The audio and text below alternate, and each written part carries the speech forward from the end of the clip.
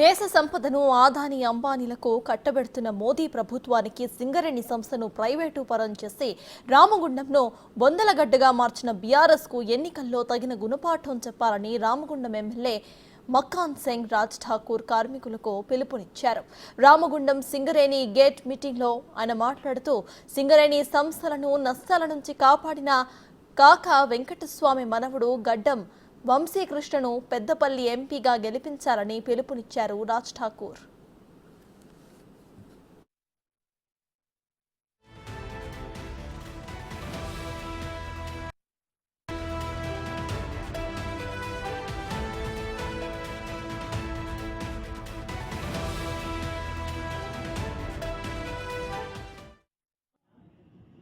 ఇలా పేదవారికి ఇల్లు లేని వారికి నేను డబల్ బెడ్రూమ్ ఇల్లు కట్టిస్తా భయపడమని ఏ రోజైనా చెప్పిందా?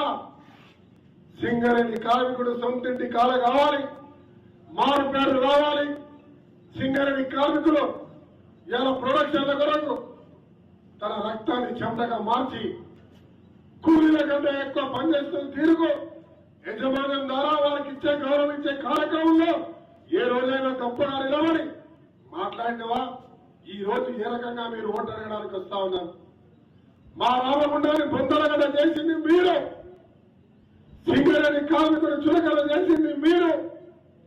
రామగుండంలో విద్యుత్ దేశాలకు విలికరిస్తున్న రామగుండాన్ని చీకటి మారుస్తున్నారని ఆ రోజు ర్యాలీ తీసి అధికారం రాగానే రామగుండంలో నీళ్లు బొగ్గు భూమి ఉన్న ఈ ప్రాంతాల్లో పౌరం పెట్టకుండా యాదాద్రిలో 3 కోట్లు ఎకరానికి 3 కోట్లు పెట్టి నీళ్లు నాగార్జున సాగర్ బొగ్గు గోదావరి నుంచి తీసుకెళ్లి 50,000 కోట్లు పెట్టి అక్కడ దోపిడీ చేసిన చరిత్ర మీది కాదా?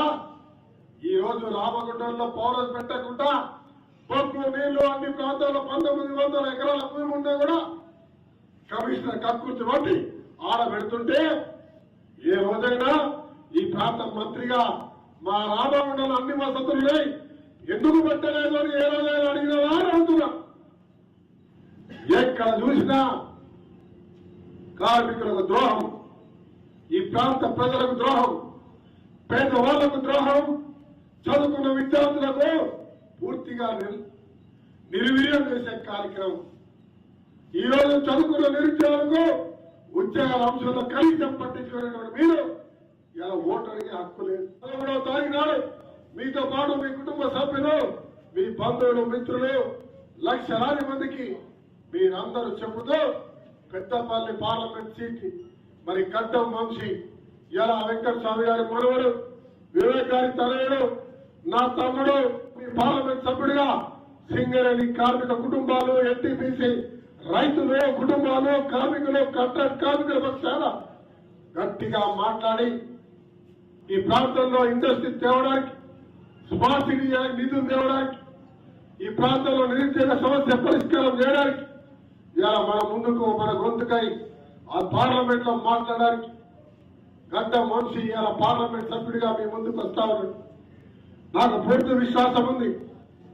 బీఆర్ఎస్ బీజేపీలను భూస్థాపితం చేయడానికి మీరు